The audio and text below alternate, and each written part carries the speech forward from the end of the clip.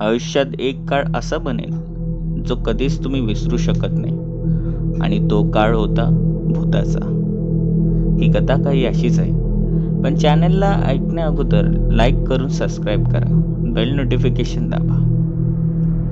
एक मोठी ट्रॅव्हल्स, तिच्या आतमध्ये किमान 31 व्यक्ती हे त्या ट्रॅव्हल्समधनं गाणे बोलत, गाण्यांच्या भेंडा खेळत, मस्ती करत हे सगळे जात होते.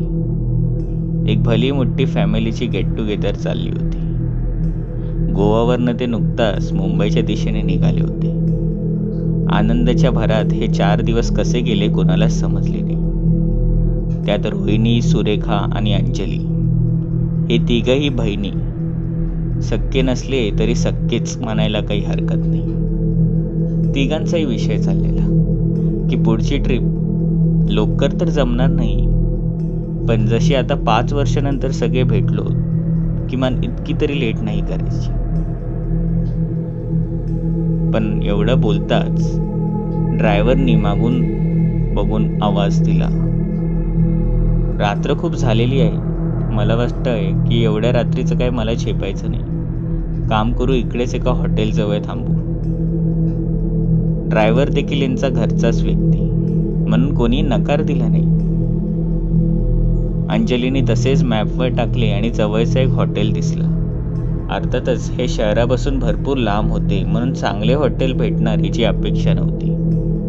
मॅपच्या अनुसारच दळणवळण करत जंगलमधून त्यांना ते हॉटेल दिसले.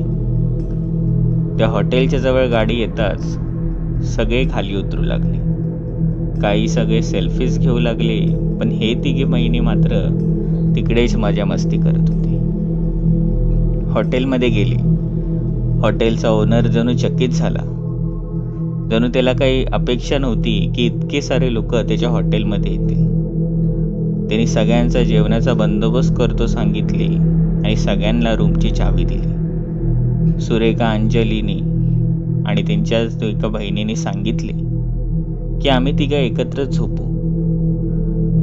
घरच्यांनी होकार दिला आणि इकडे सगळे झोपी गेले. पण 12:30-1 वाजले असतील. या तिघींचे गप्पा संपले होते. आता करायचं तरी काय म्हणून हे सगळे असेच मोबाईलवर भूताच्या गोष्टी ऐकू लागले. पण एवढ्यातच त्यांचे मन भरणार नव्हते, म्हणून रोहिणी अंजली आणि सुरेखाला बोलली, चला आज काहीतरी गमतीशीर करू. असं काहीतरी करू जे ऐकता सगळ्यांना थरकाप उडेल, सगळ्यांना आश्चर्य वाटेल. बाकी दोघे सगळे बघू लागले आणि रोहिणीने सांगितले, या जरा, तुम्ही खिडकीत बघितलेच नाही. रोहिणीने बोट दाखवले आणि यांनी पाहिले की यांच्याच हॉटेलच्या बाजूला जंगल होते आणि तिकडेच एक छोटीशी विहीर यांना दिसत होती. ती विहीर ही छोटी जरी असली तरी मात्र डोळ्यात चमकेल अशी दिसत होती. आणि रोहिणीने सांगितले, चला या जंगलाला पार करून त्या विहीरपर्यंत जाऊन एक फोटो काढून येऊ. ही कल्पना या दोघींना देखील आवडली. या तिघींनीही पाहिले की सगळे झोपलेत तर आहेत ना, आणि असेच हळूच ते त्या हॉटेलच्या बाहेर निघाले. यांच्या पुढे आता काय वाढून ठेवलंय बहुतेक याचा अंदाज यांना नव्हता. हळूहळू करून ते हॉटेलच्या लांब आले. आता ते हसत होते, पण क्षणभरातच थंडी वाजू लागली. रोहिणीने दोन्हीला पकडले आणि तशीच चालू लागली. हळूहळू करून ते जंगल जणू बिकट होऊ लागले होते. पण अचानकपणे या दोघींनी ठरवले की अंधार तर होतच आहे, पण विहीर काय येत नाही, म्हणून आपण पुन्हा एकदा वळायचे आणि आपल्या हॉटेलमध्ये परत जायचे. पण रोहिणीने सांगितले, अरे गप्प सारी, एवढं आलोय, थोडक्यासाठी कुठे जाऊ. सुरेखा आणि अंजली बोलले, ठीक आहे चला. पण किमान 15 मिनिटं जरी झाले असले तरी विहीर काय दिसत नव्हती. म्हणून अंजलीलाही भीती वाटली आणि रोहिणीलाही भीती वाटली आणि त्यांनी ठरवले की पुन्हा निघायचे.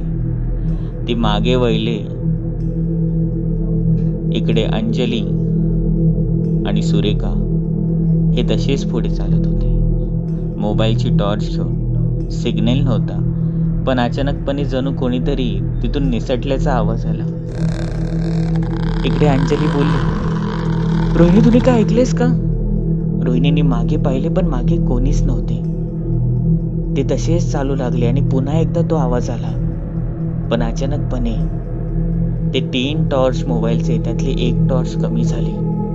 सुरेखाने आणि अंजलीने मागे पाहिले तर रोहिणी गायब होती. आधी तर यांना फार भीती वाटली. तिथून पळण्याचा निर्णय घेतला, पण आपल्या बहिणीला कसे सोडायचे असे विचार करून ते तिला शोधू लागले. पण पुढचे दृश्य पाहताच यांची जणू तारंगळ उडाली. कारण की यांना रोहिणी दिसली होती, पण ती एक भल्या मोठ्या झाडाला लटकलेली होती. ती पूर्णपणे पांढरी पडलेली होती. तिच्या तोंडातून जणू रक्ताचा गाळ लढत होता आणि तो गाळ हा जमिनीवर पडत होता. तिने क्रूर हास्य केले आणि त्याच क्षणी तिने तिच्याच बहिणीच्या अंगावर म्हणजेच अंजलीच्या अंगावर उडी मारली. ती उडी एवढी भयंकर होती की अंजली तशीच जागेवर पडली. सुरेखाने रोहिणीला उचलले आणि एक कानशीर लावली. हे काय चाललंय तुझं? कुठे मस्ती करावी कळत नाही. रोहिणी जणू स्थिर झाली आणि रोहिणी बोलली, तो आहे, कोणीतरी आहे इथे, आपल्याला सोडणार नाही. सुरेखा बोलली, कोणी नाही इथे, चल गप हॉटेलमध्ये. पण मागून एक हसण्याचा आवाज येऊ लागला. तो हसण्याचा आवाज विचित्रच होता. या दोघींनी मागे पाहिले तर अंजली आता पूर्णपणे पांढरी पडली होती आणि ती या दोघांना पाहून एक क्रूर हास्य देत धावू लागली. हे दोघेही तिच्या मागे धावू लागले आणि एक छोट्याशा वस्तीमध्ये, एक पडक्या वस्तीमध्ये जाऊन पडले. ते आतमध्ये जाताच या दोघांनी ते दृश्य पाहिले आणि हे तिथेच किंचावू लागले. कारण की यांनी पाहिले की अंजली आता हवेत तरंगत होती. ती बेशुद्ध पडली होती. पण हिला एक त्यांच्याच समोर असलेल्या म्हाताऱ्या बाबाने हे हाताच्या इशाऱ्याने वरती केले होते. तो म्हातारा बाबा देखील एक क्रूर हास्य देत होता. तिचा पांढरा पडलेला चेहरा सगळं काही सांगत होता. क्षणभरातच त्यांनी या दोघांकडे पाहिले आणि तो जणू विटा रेंगाळत या दोघींच्या मागे येऊ लागला. हळूहळू करून हे दोघे धावू लागले, पण हे तिकडेच असलेल्या त्या विहिरीजवळ पोहोचले. अंजली आणि सुरेखा त्या विहिरीजवळ आले खरे, पण आता पुन्हा करायचे काय? तो म्हातारा बाबा तसाच यांच्या दिशेने येत होता. कोणत्याही क्षणी तो यांच्या अंगावर झेप मारणार म्हणून या दोघींनी त्या विहिरीमध्ये उडी मारली. पण जणू एवढंच काही थांबले नव्हते. हे दोघं किंचावू लागले. त्यात सुरेखा बोलू लागली, कोणीतरी माझे पाय खेचतंय, मला वाचव, मला वाचव. पण आता फार उशीर झाला होता. अंजली कशी बशी बाहेर आली, पण तिच्या डोळ्यात देखत सुरेखा हे बुडू लागले. कोणाचा तरी हात हा सुरेखांच्या होठांवर आला आणि सुरेखाला पाण्याच्या आतमध्ये खेचून नेले. हे दृश्य फार भयंकर होते. पण क्षणभरातच अंजलीने नजर मागे केली आणि त्या म्हाताऱ्या बाबांनी अंजलीच्या गळ्यावर झेप घेतली. अंजली उठ, अंजली उठ. अंजलीला जाग आली तर अंजलीचे घरचे होते आणि साहतच 15-20 पोलीसवाले. अंजलीला पोलीसवाल्यांनी प्रश्न विचारण्याचा प्रयत्न केला, पण अंजली जणू किंचाळू लागली आणि तसेच आपले केस ओढू लागली. अंजली ही स्वतःलाच मारून घेऊ लागली. विशिष्ट डॉक्टरने तपासणी केली आणि त्यांनी सांगितले की अंजलीला कसला तरी बेकार धक्का बसला आहे. ती आता बरी होणार नाही, ती आता कायमची वेडी राहणार. त्यात पोलीस बोलले, पण हे 2 खून झाले तरी कसे?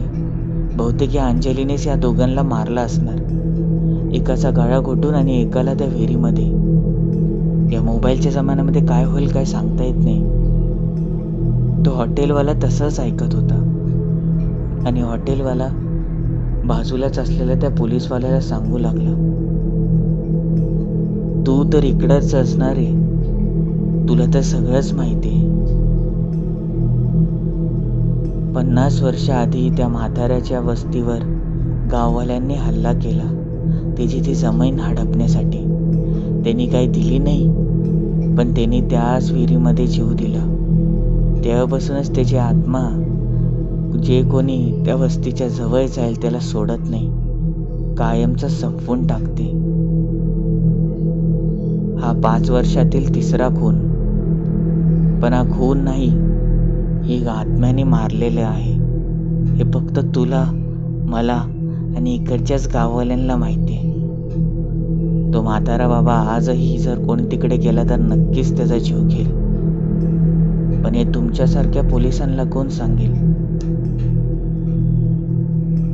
ही कथा कशी होती?